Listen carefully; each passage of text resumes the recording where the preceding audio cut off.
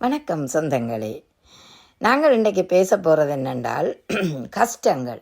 இந்த கஷ்டங்கள் எங்களுக்கு வாழ்க்கையில் வர்றது நன்மையா தீமையான்னு பார்க்குறோம். முதலில் இந்த கஷ்டங்கள் ஏன் வருகுதுன்னு பார்ப்போம்.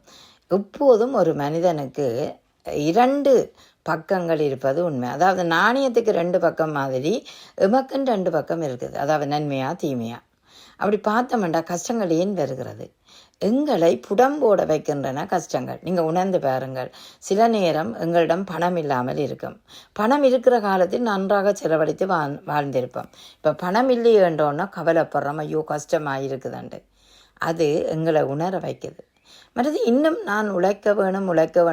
உழை அதாவது முயற்சி எடுத்து உன்ற உழைப்பில் நீ கவனமாக இரு என்பதை காட்டுகிறதுக்கும் கவலைகள் வரலாம், கஷ்டங்கள் வரலாம். இந்த கஷ்டம் வாரது ஒரு பக்கம் எங்களை சிந்திக்க வைக்கிறது. ஆறுதலாக இருந்து பார்த்தீங்கள் என்றால் இவையெல்லாம் ஒரு பக்கம் எங்களை புடம்போட வைக்கின்றன என்று எண்ண வேண்டும். அதான் தீமை எப்படி என்று பார்த்தோம்டா, கஷ்டம் வந்தால் தீமை தான். எங்களுக்கு ஒன்றுமே செய்ய முடியாமல் இருக்கும். பணம் இல்லாட்டி வாழ முடியாது, உணவில்லாட்டி சாப்பிட முடியாது, அப்படி இருக்கும். அந்த கஷ்டமும் வராமல் தாழ்வும் வராமல் உயர்வும் மேலாதித்தனமாக வரணும் என்று நினைக்காமல் 2க்கும் நடுவில் நீங்கள் உங்களோட வாழ்க்கையை அமைத்து கொண்டால் எப்போதும் சிறப்பானதாக இருக்கும். அதனால் கஷ்டம் வந்தண்டு கவலை கொள்ளாதீர்கள். அந்த கஷ்டம் ஏன் வந்தது, எப்படி வந்தது, அது எப்படி நான் தீர்க்கலாம் என்றதை நீங்கள் சிந்தித்து பார்த்தால்தான் நிச்சயம் அந்த கஷ்டத்திலிருந்து மீள முடியும். எல்லோருக்குமே அந்த மரங்களை பாருங்கள், இயற்கையான மரங்களை, அவையும் ஒரு நாள் பட்டு விடுகின்றன. பட்ட மரமும் நினைக்கும் மழை வந்தால் நான் துளித்திடுவேன் அண்டு.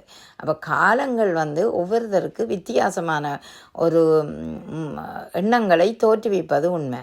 அதை விட நாங்கள் ஒரு மறந்திருக்கிறோம் அல்லது அயர்ந்து நாங்கள் தூங்குகிறோம் என்பதையும் இந்த கஷ்டங்கள் எங்களுக்கு காண்பிக்கின்றது. அதே நேரம் நாங்கள் பணம் வரும்போது நல்லா செலவழித்து வாழுகிறோம், இந்த ஏழ்மை வந்தவுடன் தவிக்கிறோம். ஆகவே ஏழ்மையும் வரக்கூடாது, பணமும் அதிக அளவில் இருக்க வேணும் என்று நினைக்கக்கூடாது. 2க்கும் இடப்பட்ட நிலையில் உங்களோட வாழ்க்கை அமைத்தீங்களாயின் எப்போதும் சந்தோஷமாக இருக்கும். அதிக பணம் உள்ளவனும் சந்தோஷமாக இருக்கிறான் என்று நினைக்கிறீர்களா? சதா கவலையிலும் நோயாலும் பாடிக்கொண்டிருக்கிறான். அப்படி பார்க்க நீங்கள் ஆரோக்கியமான வாழ்வு எப்போதும் சிறந்தது.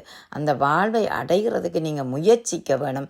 உழைப்புன்ற ஊதியத்தையும் உழைப்புன்ற முயற்சியையும் உங்கள் கையில் இருங்கள்.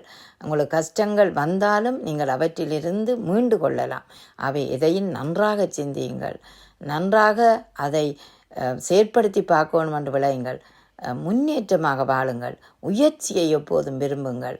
அதே நேரம் நீங்கள் கஷ்டங்கள் வந்தாலும் அதை தாங்கிக் கொண்டு எழும்ப வேணும், எத்தனிக்க வேணும் என்பதை கற்றுக்கொள்ளுங்கள். கஷ்டம் வந்தாலும் மகிழ்ச்சியோடு வாழ பழகுங்கள்.